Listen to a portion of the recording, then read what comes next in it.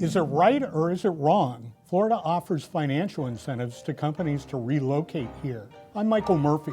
Welcome to Front Burner. I'm here today with Chris Carmody, lobbyist and attorney for Gray Robinson, and Andres Malave of Americans for Prosperity, Florida.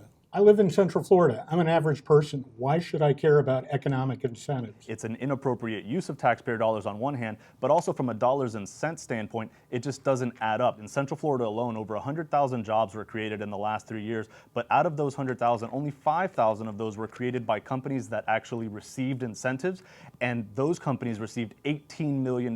So the value to ratio of what taxpayers are actually getting in return, we'd be better served by that money being used for essential government services. I don't know if I'd call it inappropriate. I think when you look at this, and Andres, you said essential government services, well, what are those? Some would say roads and schools. When you look at companies that are being recruited into Florida, that's the two things they care about the most as far as coming into the state of Florida. And so when I look at it, I view this as another essential government service. If we care about driving our economic success in Florida, we cannot ignore the fact that a lot of companies, when they start shortening their list, they consider economic incentives. And that's sort of like getting it over to the goal line. Andres, it seems to me that Chris brings up some pretty common sense points. How do you react to that? Well, I think we should be rewarding all Floridians, not just handing out corporate welfare to a specific few. We ought to be setting up a regulatory environment that promotes job growth internally and also focuses on making sure that all Floridians benefit from these policies. Again, not just those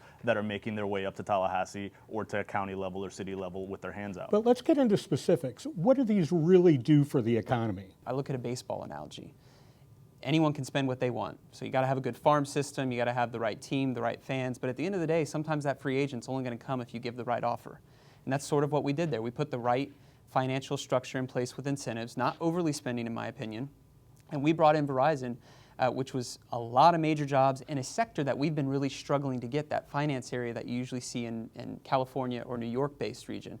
I think that's a major win and will help grow our economy. Speaking of really good analogies, you know, I could probably grow oranges in New Hampshire if I threw enough money at it, but at the end of the day, is it really worth that sort of investment? And when you look at companies, just especially here in Central Florida, look at Sanford Burnham. They took hundreds of millions of dollars from local and state incentives that quite frankly should have gone to those essential services that Chris mentioned earlier. Instead, now that company in particular is trying to leave the state of Florida and stiff taxpayers who paid them and kept up their end of the bargain. And the examples go on and on. Look at Hertz Corporation down in Naples. Look at Chico's over in Charlotte County. There's corporations and companies all over the state that don't deserve taxpayer money because that money belongs to us. And Governor Scott said it best in his State of the State address last year.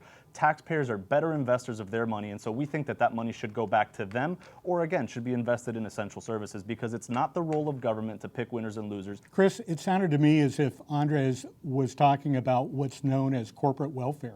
How do you respond to that? Well, I don't think I heard him say that, but I'll go ahead and address that. One, first, Andres brought up Sanford Burnham in the Lake Nona area, and while that's working its way, I know the governor has made statements on that, and it's probably going to go through some legal process as well. I don't necessarily address that, but I can say very few people will question the success that has become Medical City in Lake Nona, and thank you, Lake Nona, for being good partners in that. I talk to folks who are out there in that community, and they say the sky is the limit, and yes, maybe some of that started with some incentive funds, but a lot of these companies who are coming in now aren't getting incentive dollars, aren't getting necessarily a tax break or rebate, whatever the terms you want to use. They're just coming there because it's become the destination.